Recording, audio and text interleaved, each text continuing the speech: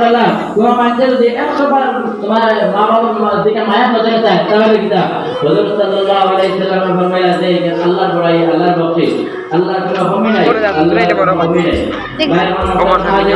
বিষয় যে আমরা মহব্বত ও মায়া দিকে দেখলাম কত বড় সওয়াব কথা লাগি ভাই আমার যে মায়া আল্লাহ দিল জানে রহমত করব আল্লাহ রাব্বুল আলামিন দিল জানে রহমত দিব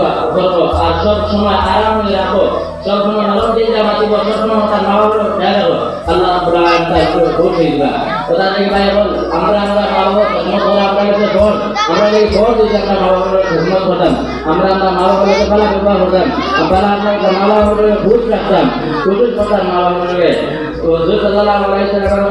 ربي برضا الوالدين وتقول ربي برضا الوالدين তোমারা যদি আমার যদি আল্লাহ তোমার মা বাবা বুঝা যাও তাহলে আমি আল্লাহ কই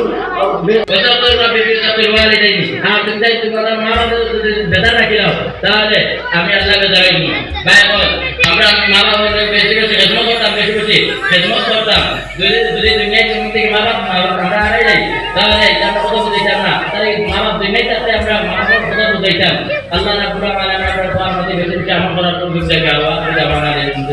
আলমিন আমিন